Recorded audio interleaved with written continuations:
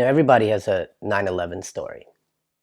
Anyone old enough to have lived through it, we all remember where we were, what we were doing.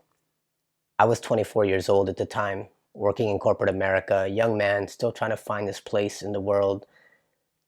And the morning of 9/11, I get a phone call from my boss, and I pick it up, half asleep, and she's like, "Don't come into work today. We shut the office down." And I'm like, "Wait, what? What's going on?" And I'll never forget this. She said, "They're flying planes into buildings." And I'm like, "What do you mean flying planes into buildings? Like, what does that even mean?" So I stumble out into the living room, and there was my roommate already watching TV with his mouth dropped, and he's going, "Oh my God." And I look over, and it was right around that time that the first tower had fallen. And in my head, I'm going, "Oh my God, what kind of an accident just happened here?" And then the second tower was hit. And it was then that I knew that this was no accident. This was premeditated. Life in the United States changed after that.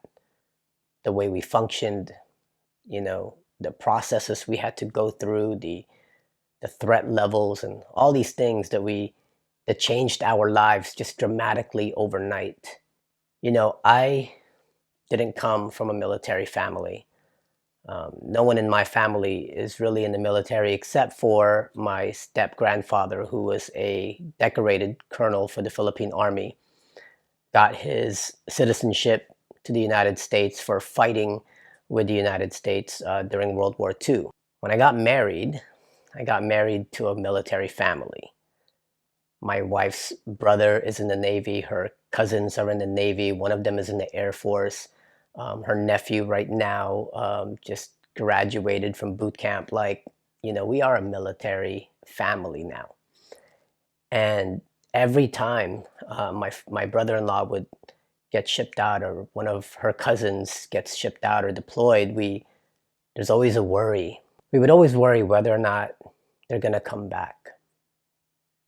I know that artists and all of us here in the United States, we will say things like, honor the military and salute the military. And yes, it's true. But some people don't grasp just what that really means. I mean, I didn't. And it wasn't until I married into this family that I realized how important the work is that you guys do.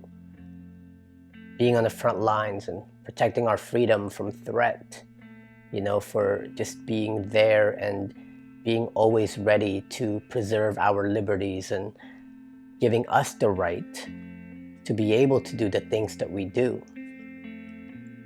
I mean, I'm going to admit this, as an artist, I wanted to be big. I wanted to take the world by storm using poetry, and wanted to have millions of views on YouTube, and wanting to have, millions of followers on Instagram, and do all these things that brought my name out there. And you guys don't look for recognition like that. You just do the work. You just do it because it has to be done. And many of us will never know the names of the soldiers that are fighting for our freedoms every day.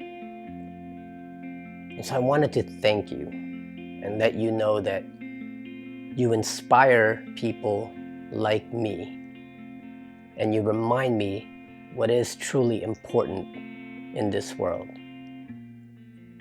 What's really important in our lives, what's worth preserving.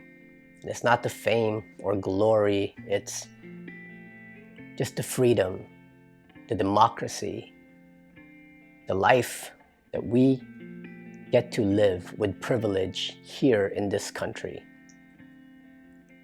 Even when this country is divided, even when this country is bickering, even when this country is always at odds with one another.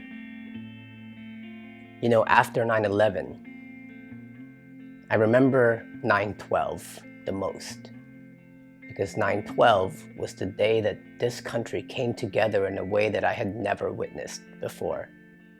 It was a beautiful thing to see all of us Americans get together for a common good.